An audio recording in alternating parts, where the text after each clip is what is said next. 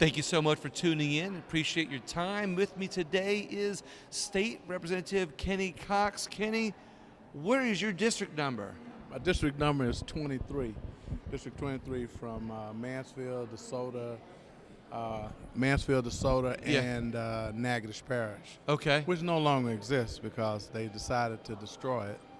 Destroy your district, and they moved it, didn't they? Well, they moved it to Baton Rouge, but it wouldn't have taken much to save my district. But they decided to take my district out because I was terming out, and they took it out and basically, in my opinion, take the hope away from the people in that area. It was a historic district,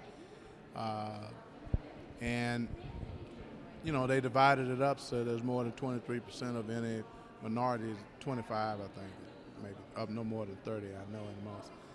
And so that ends it for me. But how long has that district been in existence? it's been in existence. It will have been in existence 12 years when it gets destroyed. Wow. But it took a long time coming, and it didn't take long to break it. But I didn't think it would be that difficult for me, but it has been very difficult. It doesn't sit well in my soul. I was a colonel in the United States Army. I don't take losses very well. Well, not only that, but I've interviewed you before, and I know how hard you work for the people in your district, and I know how passionate you are, not only about the citizens of your district, but I know how passionate you've been about the citizens of Louisiana. Absolutely. Which will still be reflected in this legislation Yes. that you have here, and I want to talk about some of that. You've got House Bill 536. Looks like it lowers the minimum ACT score required for initial qualification. Well, what that does is TOPS has two portions to it.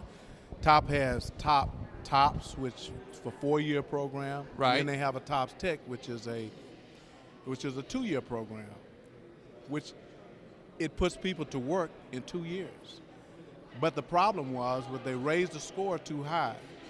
The score is 17. If you score 17, you go back and study. You can make 23 or 22 on your ACT score.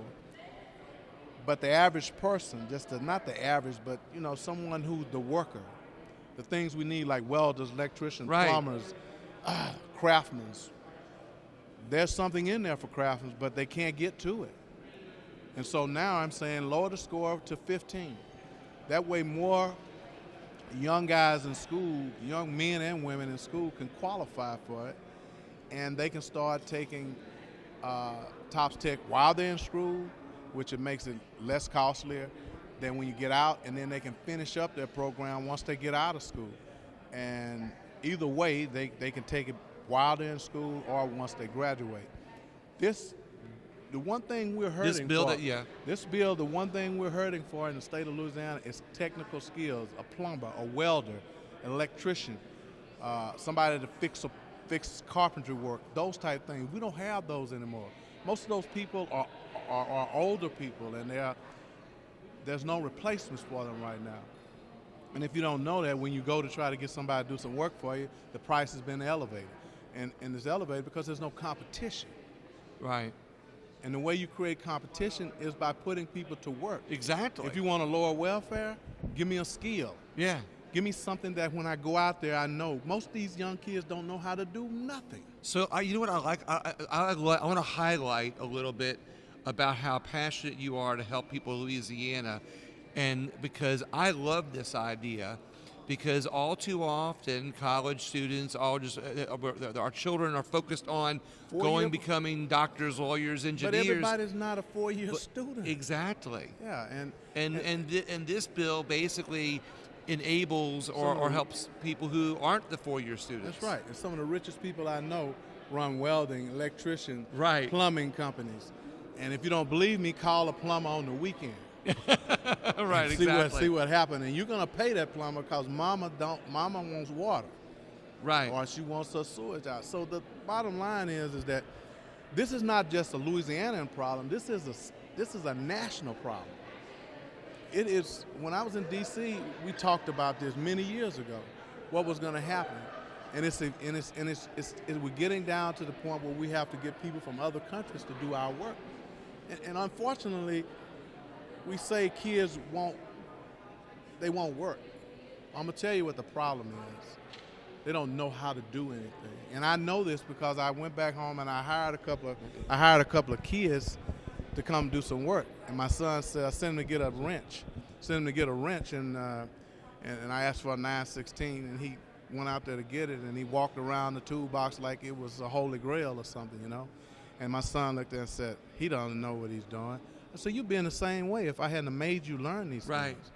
And so we got to teach kids skills. We used to have in school, there was shop, where they taught you how to be a welder, and you did electrical work, plumbing, and so when you got out, if you decide to choose that route, then you could use it. Well, what's interesting here is, and you made a good point that I haven't even thought of. You know, I've always said that, you know, the problem I think is they're not teaching shop and welding and stuff like that in high schools anymore. No, they're not. Now, I've kind of known that. And then, you know, and I was aware of the TOPS technical program, but you just made a great connection. Yeah. You know, maybe if we start promoting the technical TOPS a little bit more to be welders and electricians, that we can start putting welding and stuff back in schools, to where if there's a demand for it in college, they'll start putting these programs back in our high schools, and that's the connection that I'm trying to make. Well, so your legislation could not only help put people to work, but make those connections again. It makes those connections, and we build workforce, bricklayers, cement workers. All these things it's like a dying careers. Right. And they're not qualified. You have to get a qualification, and that qualification is going to be very important. And with the TOPS Tech program, they would be trained, and they would be able to train to take the test, the whole shooting match, so that we would have workers, man. We need workers. Exactly. I'm tired of people saying kids won't work. You know why they don't work? They play with those computers all the time in those games, and they don't know how to do nothing else. They don't. You tell them where are you gonna go do work? They'll work at McDonald's. And what's interesting is, if you think about it, back in the day, our day, when they had shop and technical stuff in high school, you know, kids would go home and they will work on cars or do other things because they raise their interest. And now you're basically saying, look, we're gonna reinforce the TOPS program to help kids become the things that we need. And also what it does is, you got to put the same weight behind sending somebody to a 4-year school as for a 2-year school, because we are in dire need of workers that has a skill. So your legislation that we talked about here, you believe, and I can see it, you know, that this is going to... I've been running this bill for 10 years. That this is going to help bring more money to kids who want to go become... And guess what they become? They become taxpayers. They become taxpayers. They're not getting a check because they're at home or because they don't work or they go to jail. Right. You reduce people going to jail. You reduce people looking for welfare. You got hardworking people, man. Exactly, America is a country that I fought for, and you have to give me something to work with. Right. And right now, man, you know, maybe it's just me. Yeah. But I'm here to tell you that this is something that's dire need in this state. And your legislation looks to me is it's going to help. It's to help put some more people in a trade school to give more opportunity, more jobs. We don't call them trade schools anymore, and I got corrected on that. Okay, no more trade schools. You going back in time where I came on. That's what killed it, calling it a trade school. Now they call them technical colleges. Technical colleges. Same thing, but you know, that's what you tell you go talk to me and say, where your kids at? Well, they going to LSU, Northwestern or something like that. Well, where my kid at? Oh, he's in a trade school. How about I just walk off? But that kid in the trade school, if he learns a trade and then gets the skill to how to manage and run that thing, becomes a millionaire. Yeah. And he provides jobs, or she provides jobs. And not only jobs, and not only taxpayers, but they become productive members of society. Absolutely. That oftentimes creates other jobs because they need a helper. Their business might be Absolutely. successful. You create jobs.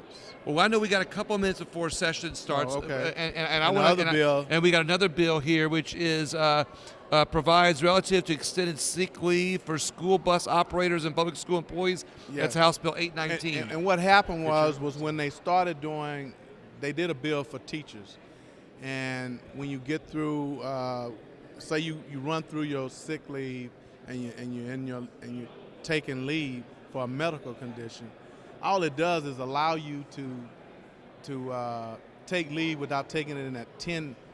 They'd have you take 10 days, which doesn't make any sense to me. Right. When they told me that, I said that's not true, and then I went back and read it. Oh yeah, it is true. So the bottom line is that bus drivers and the public workers at the schools should be brought on the same line as the teacher. I know they're not the same as a teacher, Right. but they have sick kids and they have sickness in their family, Exactly. and they become pregnant as well.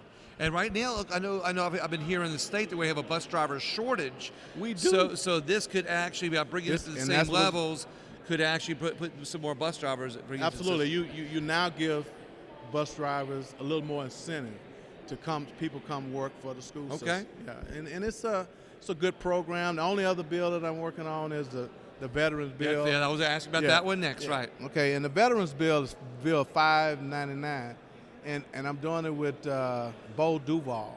I think that not Duval, but Bo Duval.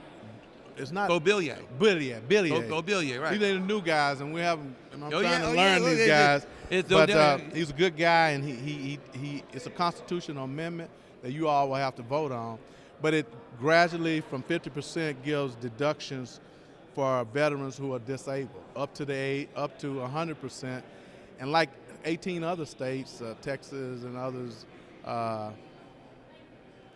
Mississippi, and I can't think of them all off the top of my head, but I got them on some paperwork. But anyway, yeah, no, it's hard to keep up with. And so what the bottom line is that when you get to 100% disabled, that veteran shouldn't have to pay any property tax on their home and their land, the land around it, because it's considered part of the whole structure now. And what it's designed to do is to recognize the people who have fought, and there's some that have passed away, but many have come back home and they're disabled. And they may be walking around looking like they're okay, but they got post-traumatic stress. Certain things could set them out, and not all of them have homes, but those who do have homes should be respected enough to to show them that right. And that vote, and I think it'll make it through the House and through the Senate, and it'll come before you as a constitutional amendment. It is one thing you can do for the service members that we have that have fought dearly. Some gave it all, but these are the ones who came back with disabilities. They can't work, or they are working, but they have some difficulties. And this is no more than something that I think our veterans deserve. I tell you what, like I said at the beginning of this interview, it appears to me that your legislation is helping not only individual groups, but helping everybody in Louisiana, because sometimes when you help a specific group, you leave out people, and well, sometimes when you help a specific group, the outcome, like you said, where you specifically help people going to technical colleges, but that helps our whole state. Absolutely. We help our veterans. It helps a specific group, but inadvertently it helps everybody. It helps the nation in general. Exactly. Because you show respect. Exactly. Louisiana respects its veterans, and that is important. And I'm a veteran, by the way, if you didn't know. Yeah, we told your story last year. Oh, yeah, that's right. And we have to refer people to go to that interview. It's still on my podcast. It is dear to me that we help the young people, because we talk about them, and I found myself saying this, so I went out to figure out, when I come to making a statement about somebody, I want to know why I'm saying it. Right. And the only way you can do that is to engage them. And when I was running for office, I saw a guy, he was in a gang, and my guys told me, don't go over there, man. I said, I saw some real killers, and these guys are not them. And so I went over and I talked to the guys, and the guy who was leading the game was the only one who had never really been in trouble. And he hadn't had any violation, and even those who had some violations could have came. So I took him to technical school. I told him, I can show you how to make $60,000, $70,000 a year, and you ain't got to worry about somebody shooting you or taking your money, or you having to stay out all night and doing something unscrupulous. And he said, man, I like your colors, but I don't like people that lie to me. I said, well, I'm coming to take you tomorrow. I took him to trade school. The guy's now making $67,000 a year because he was smart. Now, I don't know how many other guys he got into his program because I didn't go back. But this is what we have to do. We have to sell these things to our kids starting early on. This program works in Germany. Germany would use it starting in the 7th grade. They start identifying people which way they should go. Yeah. But see, in my case, it is back to your technical school bill. Yeah, it's about and you're absolutely right. I've heard that Germany does that. That Germany, they make it. They help the people make a decision after high school whether you're going to technical school, or whether you're going. But then I do think that there are some kids that don't test well that are brilliant. They are brilliant, and I've met those people, and my hats are off to them. They should be given the opportunity to try. And so that's all I'll say. So I want to bring up your Veterans Bill one more time, very succinctly. It's a constitutional amendment. Yes. If this passes legislation, it's got to go before the people on a statewide election. That's right. As a constitutional amendment, and then it will exempt our veterans or disabled veterans from paying property taxes. Not all of them. It's starting at 50%, and it'll gradually go up until you get to 100%. So the more disabled they are, you compensate for that. Yes. Okay. And so when you get to 100%, they don't have to pay any property taxes on their home. Okay. And the property. So if they're 100% disabled, they're going to get 100% tax homestead exemption. And that's no more than they they deserve more. Exactly. But then this is one way that we say, we thank you guys for going over and putting your life on the line. We're going to thank them as a state. For serving our country. Absolutely. But I like what you said a few minutes ago when you said it shows that Louisiana is supporting our veterans. Absolutely. And look, I tell you what, it could bring more veterans here to Louisiana. Well, Louisiana, as a matter of fact, some veterans don't come back to Louisiana because we don't offer them enough. But this way brings some that are retiring to come back to Louisiana. It's like something in our toolbox that says, hey, we appreciate you guys. Come home. I tell you what, State Rep Cox, I really appreciate that you've done this for our veterans and you've brought this bill forward, and I appreciate that you've brought this technical school bill up because I have been talking about this on a lot of my other shows, and I tell you what, I have a lot of respect for you for doing that. Let me tell you this. I've been doing this bill for almost 10 years now. This is the 11th year, and I don't think I did it last year because of the virus and all that, because I wanted people to be involved in it. But remember, you invest in what you value. You invest in what you value. You want somebody not to go to jail. They want to be taxpayers. Because when you pull electrical wire all day and when you do plumbing and all that stuff, you come home, maybe drink beer or do whatever you do, play with the kids or whatever. Mm-hmm. And then you don't have time to go out and rob nobody or take it, and you don't have a need to. And not only that, but when you're making more money because our elected officials have helped us in the way they're supposed to, and that's what looks like this bill that you're doing is going to do, then it starts tying things together and our communities become better places to live. Absolutely. And it's not going to be about, you're going to be living in a good community because that person who's working can buy a decent house, and you're going to live in good communities. People are not going to be disrespectful to each other because I think that's the next thing that I fought for this country because I believe in it. Mm-hmm. No matter how much I've gone through here, I still believe in America, and I believe in Louisiana. And I came home. I gave up a $300,000 job to come here, because I didn't have a good idea at the time. I love the state. Yeah, I was at the time. I was like, oh, but my wife convinced me. And those women, they have great ideas. Listen to your wife. No more than if you say yes, dear. Well, your school bus idea takes care of some locals and people statewide. It's statewide. Yeah. It's statewide, and and then of course your veterans bill is going to take care of veterans. Take care of our veterans. And then your technical school bill is going to help not only promote jobs, but help. And then all of this like I said, when we have more opportunity, more people are working, more money's flowing, more tax dollars are being spent. Maybe we can fix some of these raggedy roads. I love it. Man. So, May God bless y'all. Thank you very God much. bless you. Appreciate you now. And everybody else, thank you very much. Share the video, share the interview, and have a great day.